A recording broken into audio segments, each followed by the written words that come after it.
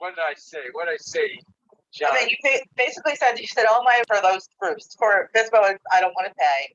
For an expired, it's not the timing. Always the timing for the people who don't want to jump on the bandwagon. And for a buyer, it's nothing's good enough.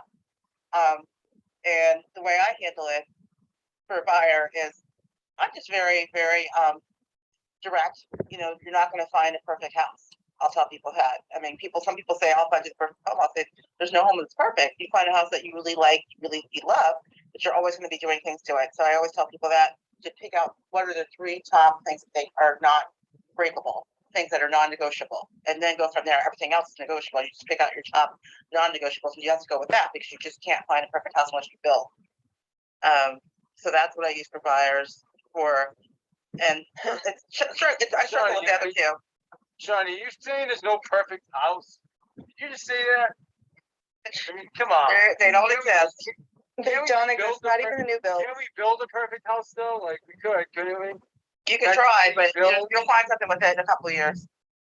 Yeah, well, but I mean, you could build it, right? Well, that's the only thing I say. If you build it, new construction, but that's you have a year. This is what I got from this weekend. Like you can go build, you find the perfect piece of land. Well, that's hard to do. You're not because there's only land's limited, but you can find a piece of land that's whatever close to what you look. If you need water, you have to find something on the water, right? But then you can build whatever you want. You could build technically the perfect house based on what you're looking for. Because if you have time to money, yeah, you can. With the time, if you want to wait a year plus it's quick delivery and the funds, of course, yeah. That's the one exception, like I mentioned, but even that. So you're talking about your buyers that you take that are building, custom houses. They're looking for the house on the market.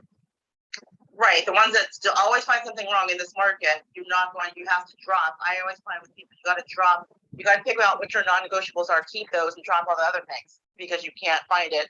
It's a unicorn unless you're building. I love it. All right, let's do this, everybody. Please use those 2 little arrows at the bottom left corner. Hit that share.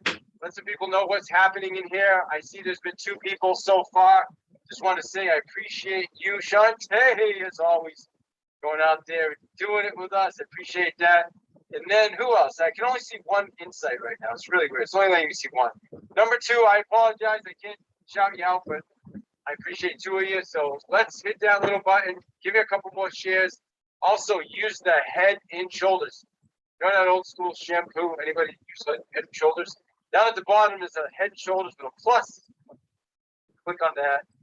Let's invite some others into the conversation. We're still stuck at 2. And I still can't do it. How do we? I can't see that button. Shawnee, I mean, seriously, listen. I know you're still using how do you role play and become amazing at it? Awesome. I'm spreading the word over here in LA to other people that don't wake up early. Good. Well, I appreciate you saying that. I'm driving, or I post the link. But for anybody else that's interested, Alfred, you're part of the community. Shantae is part of the community. We got dozens of others that are part of the community. Joe is part of the Intrigue is part of the community. We got a great community. Just go to davidhill.club. That's it. It's super easy. davidhill.club, and you can join us in the community. And if you sign up right away, you can actually be on the call with us today at 9:15. It's legit. We do a huddle every morning. All right, enough of that though. Let's get into some role play. So who's got an objection they want to throw on the table?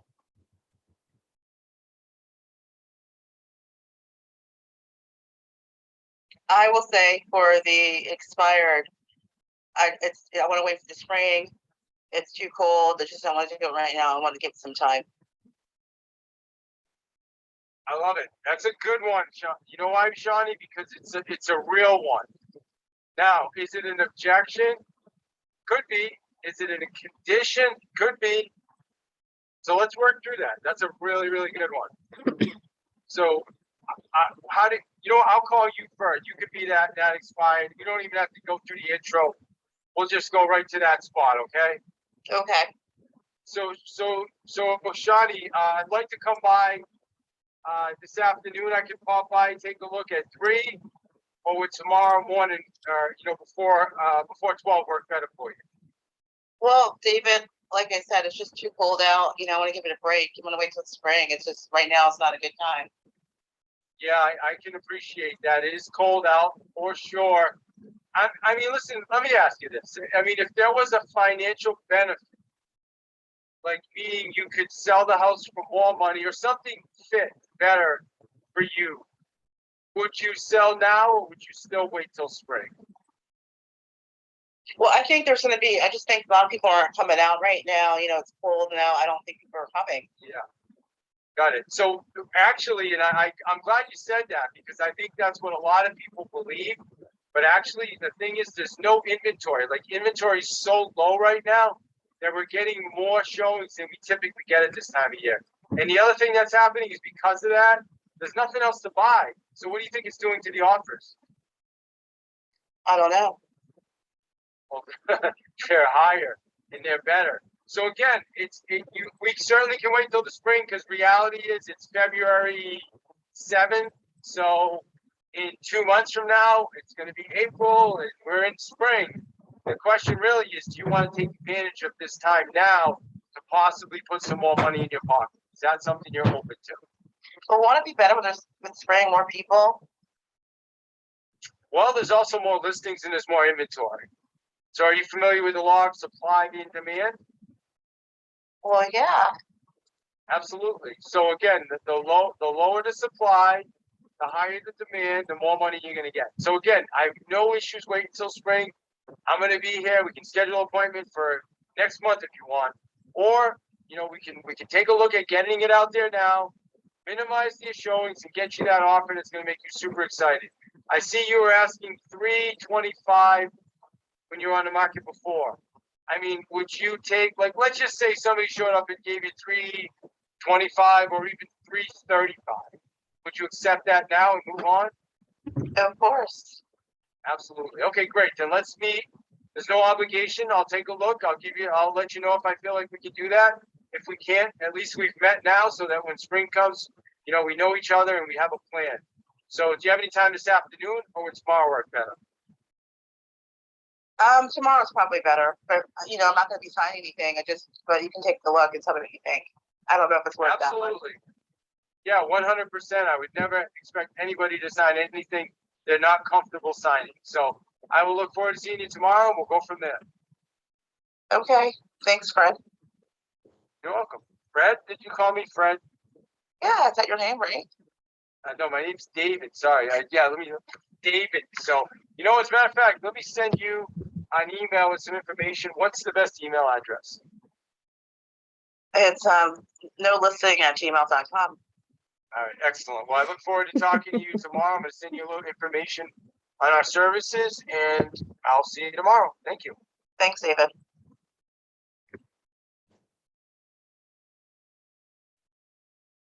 All right. How did I do? How did we do? Smooth operator for a Monday. Very smooth, David. Alfred, it doesn't matter what day it is, my friend, or what time it is, or if it's a weekend or a weekday or a afternoon or morning. My game is my game, bro. You know what I'm saying? That's right, David. Awesome. Hey, Cindy. Hi, how are you? Hey, good. I'm listening to the Clubhouse. Appreciate you saying that, but The Clubhouse scripts and role plays. It starts at 8:20. We'll get started here just after 8:30. Thank you for showing up. No problem. David, what I like, and personally, I was going to tell you about an issue I had last week, but creating urgency. Was it a scripts? Was it a scripting? No, Like it a role was play or something it else? was something else. Oh, okay. Let's keep this particular segment, or was it pertaining to scripts and role play of something that you wish you would have known for speaking? No, nothing to do with that. So we can keep that issue separate from this. Oh, okay, yeah, all right, let's do that. We'll just see if somebody else pops on, but in the meantime, we'll just take a listen to the clubhouse. Can you hear it? A little bit, yes. Me as the person that you were calling was, you agree with everything I said. People don't want you to argue with them. You know, you made your point while disagreeing with everything, and then you made your point every time. Like, you agree with me, and then you said what the statement was that countered the agreement. So that worked for me. And then bringing up supply and demand. Awesome. But you know, Hey, the thing Shawnee, is you listen. Shawnee, Shantae, I appreciate you so much for posting that awesome link for me. If you could just do me a huge favor and post davidhill.club, www.davidhill. Listened to the questions and to the concerns, and you know, like you always teach us in the top 10, you're the list of the sales, you know, listening, and they're never wrong. And then, like Shawnee said, you addressed it.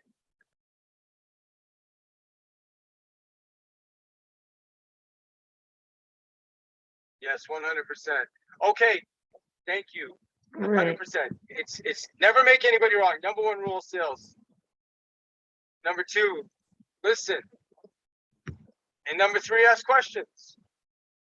Like, you should literally be talking less than listening. It should be 70-30. 70% of the time you're asking questions, you're listening. 30% of the time you're talking. If you can figure out that ratio, you're going to do super well. And again, it's not just vomiting all the benefits on people, but it's asking great questions. All right. So that's enough out of me. I'd love to jump into someone else. All right, well, I'll go ahead and stop that Okay. so that we can get some action on us. Get some action on you. All right, I'm gonna put that to the side and let's get rocking and rolling. Okay. All right, Miss Cindy, who are you calling today? Today I am calling a for sale by owner, and I'm going to say that I have a client and see if the for sale by owner is interested in paying a 3% commission for me bringing a client to him. Great. That's fine. So I'm selling my house by myself. Yep. And I think I can do it all on my own. I got it. Now, now when you're talking to me, make sure you listen to my energy and you know, all right, let's see how it goes. Okay. Ring, ring, ring. Hello? Hi, my name is Cindy Stragus and I'm with Berkshire Hathaway. Thank you for taking my call. I noticed that you're selling your house and I was curious, why would you choose to sell it by yourself and not with an agency? Yeah, thanks for like I don't want to work with an agent. Do you have a buyer? Actually, I do have a buyer.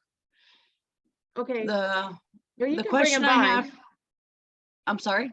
Or you can bring him by then. Okay. Well, what works better for you? Tuesday at 3 or Thursday at 4? For Thursday at 4. That's fine. Okay. Yep. Also,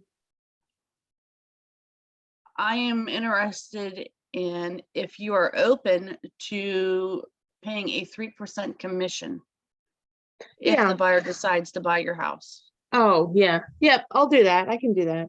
I was planning on doing that. But I was thinking more of maybe 2.5. What is your thought process with the 2.5? Good question. Well, you know, the buyers are easy to get, so you won't actually have to do any real work to bring the buyer.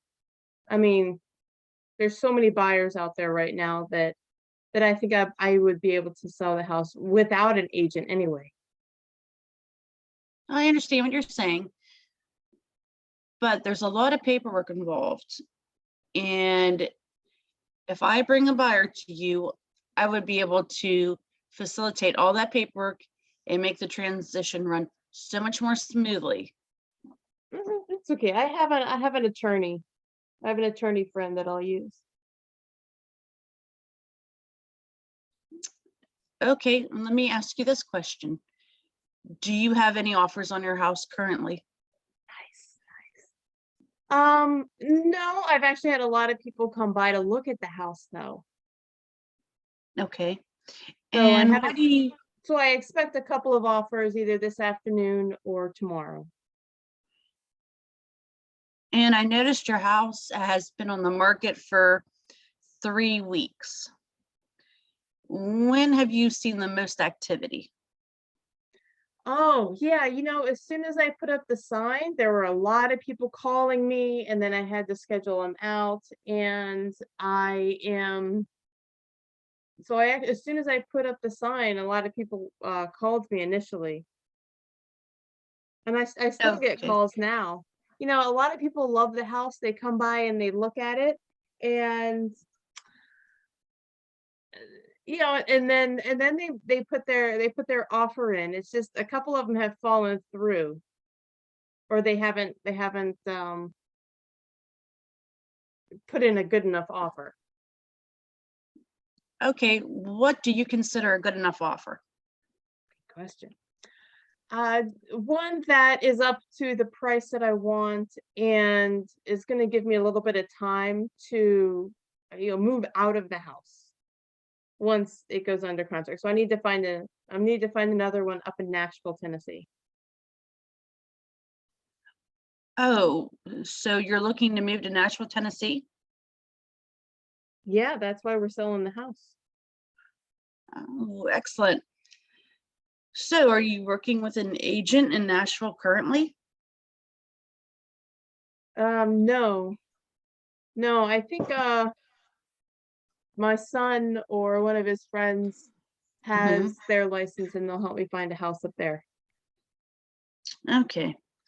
So what I'm hearing you say is you need to sell your house in order to find a house in Nashville, correct? Well, once I sell my house, then I will find another. Then I'll start looking for one up in Nashville. Okay. All right. So the people that have come through, the potential buyers, have you provided them with an agency disclosure?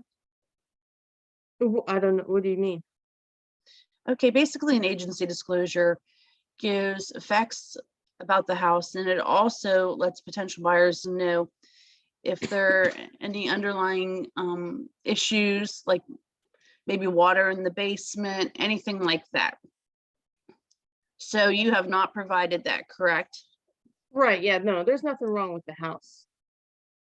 Okay. So if I bring a buyer and they want to do an inspection, then you're perfectly fine with that? Well, yeah, I think that's part of the process.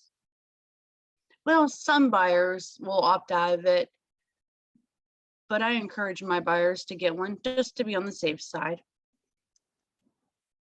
Okay. Yeah. Yeah, So- that's fine. So here's what I can do for you. I can bring my buyer with me on Thursday at 4 o'clock. We can look over the home. And then we, depending on if my buyer wants to purchase it or not, maybe we could go ahead and talk about the commission some more. Oh, okay. Yeah, that's fine. Yeah. If your buyer wants to get the house. So Yeah, so Thursday at 4, you'll bring them by? yes, and I'll also bring a contract by, and all the terms will be spelled out in that. And then we could take it from there. Okay, that sounds good. All right, we'll see you at 4 o'clock on Thursday. Okay. All right. Thank you. What was your name again? My name is Cindy. Okay, excellent. All right, Cindy, I'll see you Thursday at 7. Okay, thanks. Okay, bye. Bye. Well, good job. Yeah, That I w- feel like I could have, I don't know, I feel like I made some mistakes with that, but I'm learning. What mistakes do you feel like you made? The last part when I said maybe we can negotiate the commission, I feel like I should have been a little more strong instead of saying maybe. I should have used a different word. Okay. And I'm thinking back about how he said he wanted to move to Tennessee and somebody had their real estate agent license. And I'm thinking, how could I have turned that into a referral? I thought that was a really good question that you asked that, asking forward thinking, because, if in my mind, I'm the guy selling my house for sale by owner, and I'm not thinking about getting an agent to find me a house. I was just thinking, oh yeah, I'll just, after this one, first things first, let me get this one sold, and then I'll start thinking about the next step. And I think you Right. picked up on that because you're like, hey, are you working with an agent up there? Hmm. So that was a really good question, a really good thought, a really good move. And the agency disclosure, I don't know, was that a good question to ask in your opinion? It was a good question to ask. It was a very good thought to start introducing, we'll say something like doubt, or introducing extra elements into the for sale by owners world, because as a for sale by owner,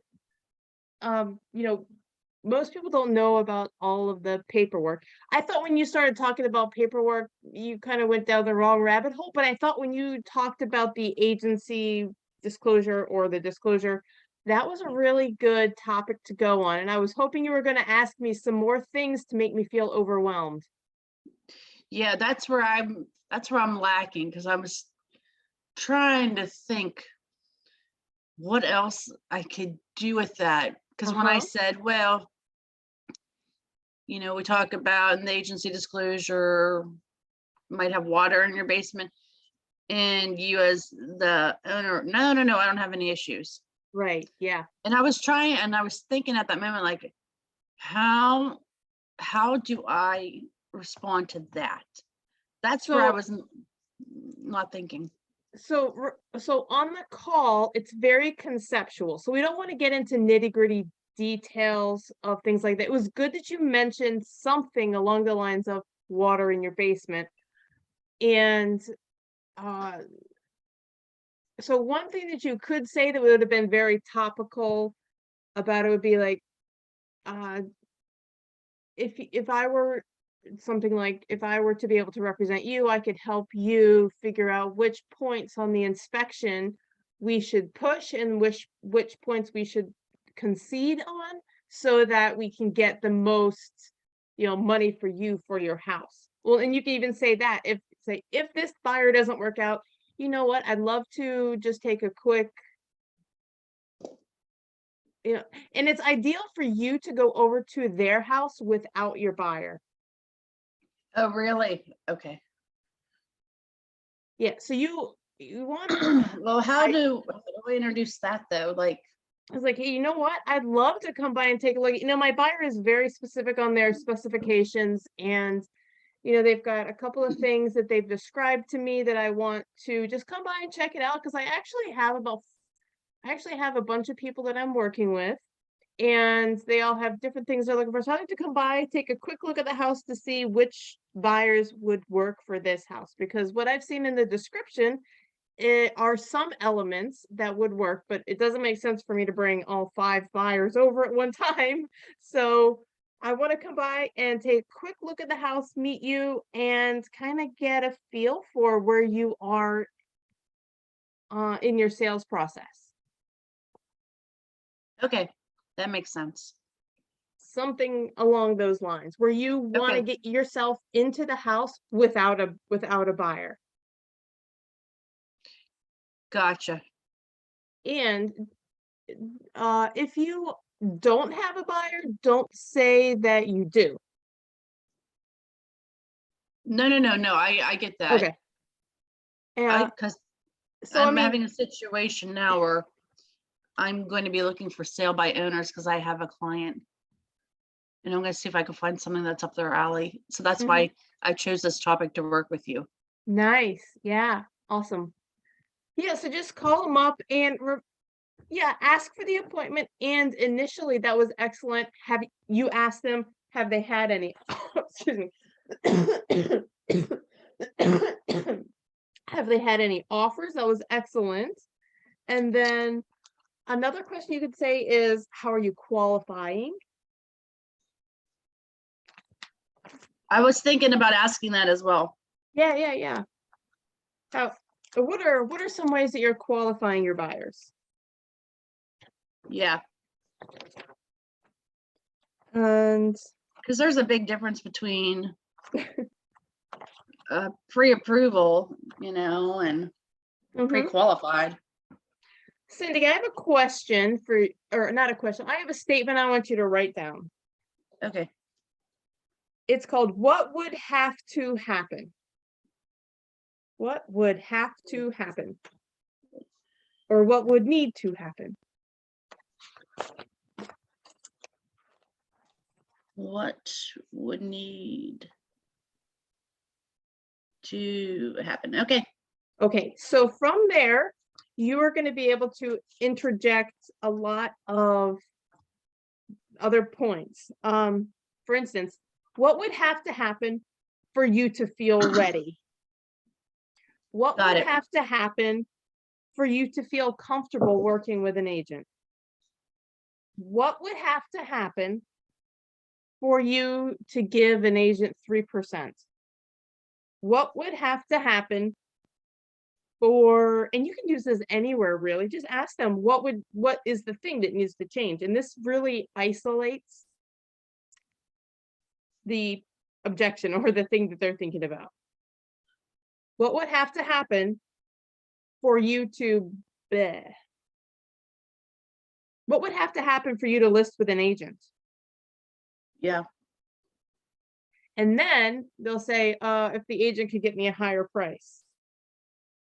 Well, what's important about the higher price? Why does that, why is that a concern? Etc. Okay. So what would have to happen? So that's a good one, to just another tool to add to your toolbox. Yeah, that's a great one. I like that one a lot. Yeah.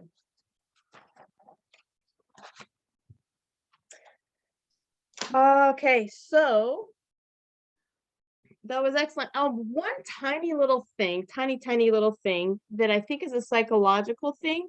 When you are talking to the seller who's about to get rid of their house, make Yes. sure you call it a property or a house. Oh, okay. And when you talk to a buyer about purchasing, that's when you can use the word home. Oh, yep. Have you heard that before? Nope, but it makes sense. Yeah. Makes sense because I instinctively usually use that when I'm like talking with a seller. Like when I did the listing, Mm-hmm. just I was like, okay, we need to put your house on the market, not Mm-hmm. putting your home on the market. But yeah, I get that completely. All right, I have some notes I want to put on the screen so they get caught in the FSBO.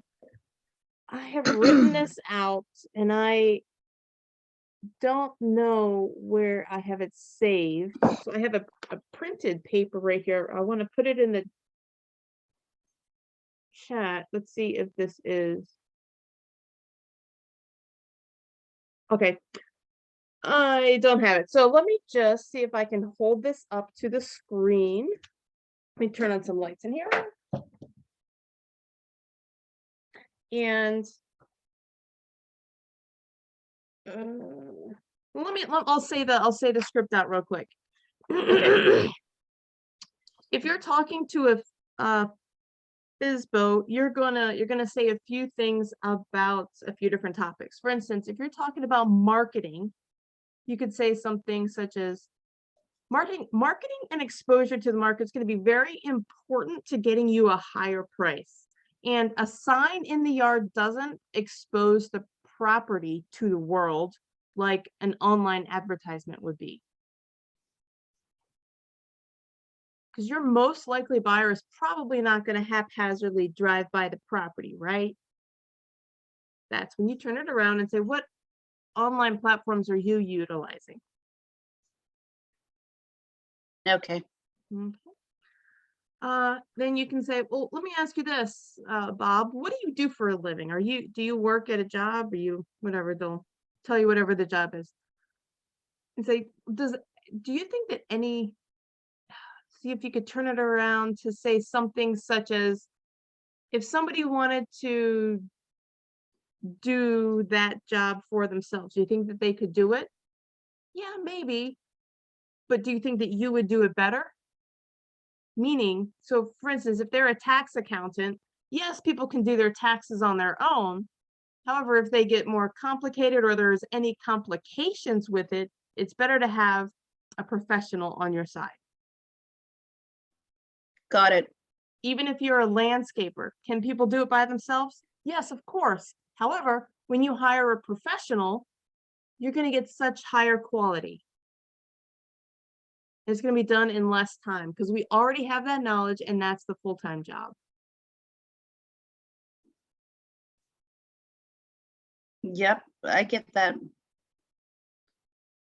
I mean, you could, use that with almost any profession, right? You could say a house clean, and I'm talking basic professions because you don't want to jump into a topic like a doctor. Or No, maybe I you didn't. could jump into a doctor, like you could do surgery on yourself. However, it would be better to hire somebody else to do it.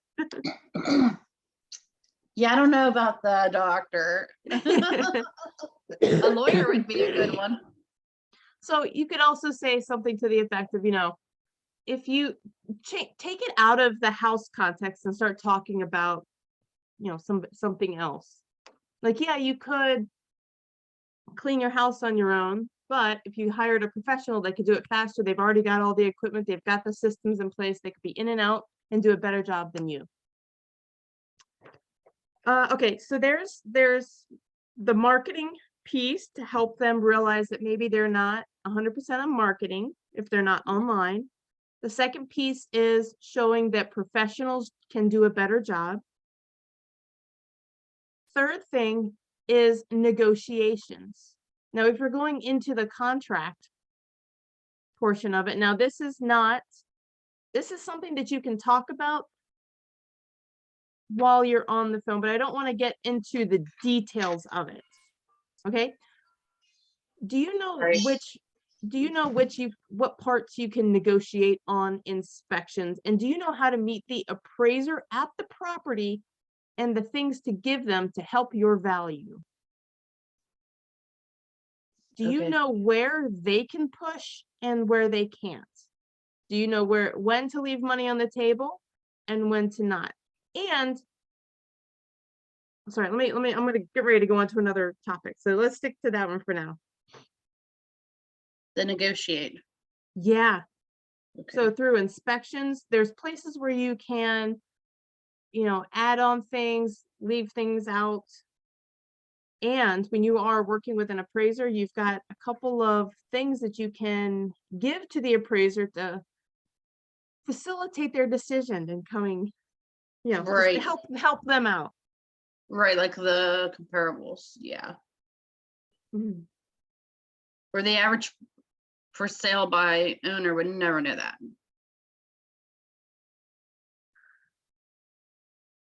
Right. Okay. So I'll give you one last piece of I'll give you one last tool here. when a FSBO is not a full-time real estate agent or hasn't been through a bunch of transactions and they pay 3% to a buyer's agent, they are paying somebody to negotiate against them. They are paying, because if they pay agent for a buyer, that buyer's agent is experienced. It's True. like going into court and representing yourself against a winning lawyer.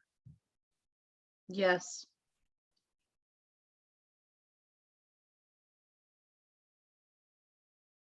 Right? You could represent yourself in a court case too, but you'd be better off hiring a professional who knows the law inside and out and who knows the game and where to push and knows the judge, maybe knows the other lawyer.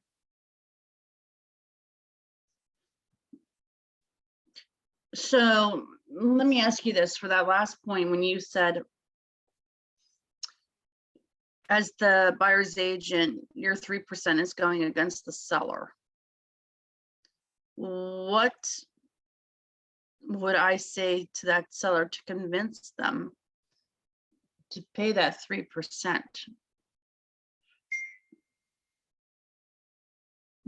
Okay, let me ask you, what do you mean? Instead of the 2.5? Okay. So if I'm trying to get 3% out of this for sale by owner and they're stuck on 2.5, I'm trying to figure out how I can get that changed to even 2.75. Number one, don't do it on the phone, meet them in person, Okay, have that conversation, only talk about money in person. What you're doing on the phone is you are information gathering.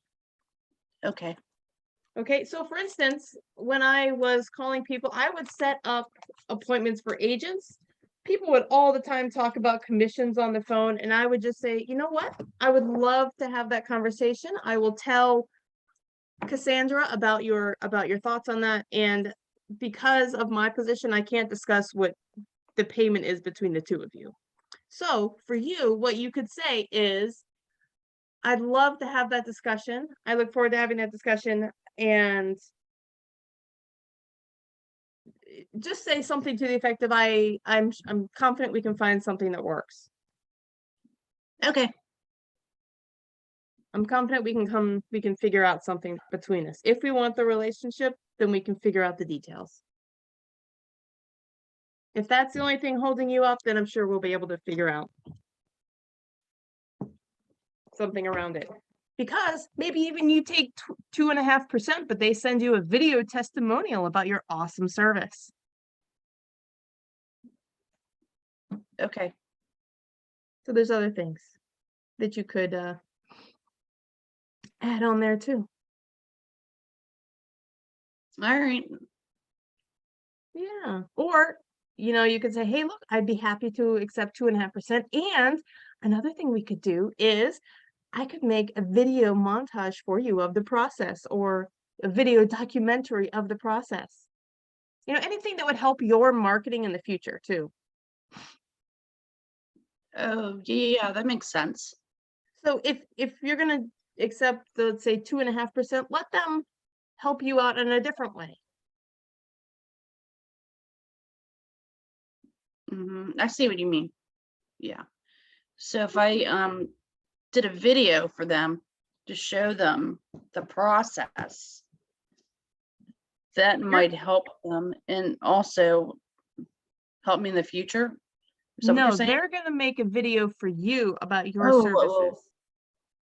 okay. I was thinking I was making a video for them about No, why they you should. don't need to do any more work. If they're not gonna Okay. give you all of the payment, then ask them for something else in exchange.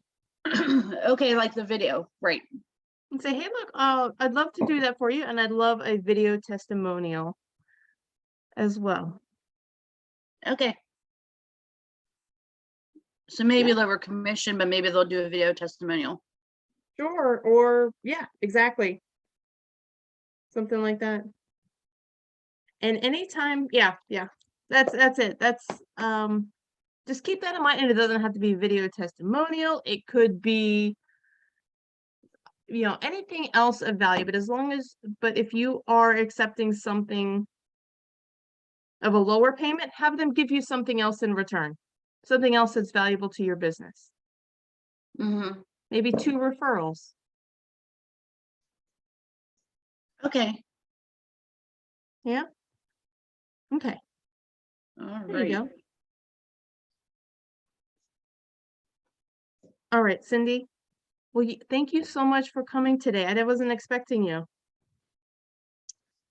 Well, I forgot to message you and let you know I was coming. That's fine. That's fine. I'm glad you have the link. Yeah, I'm so glad I have it too, because I wanted to do some more practice. Could you do me a favor, Cindy? Yeah, In the Facebook group, the Lead Generation Secrets, could you go in there and post your key takeaway from this session? yeah, Because I think you got a lot. I think I gave you a lot of, or I think we covered a lot of the different processes. I want to know what helped you out. Could you do key takeaway from today's script practice is, you know, whatever. yeah. Boom, boom, boom.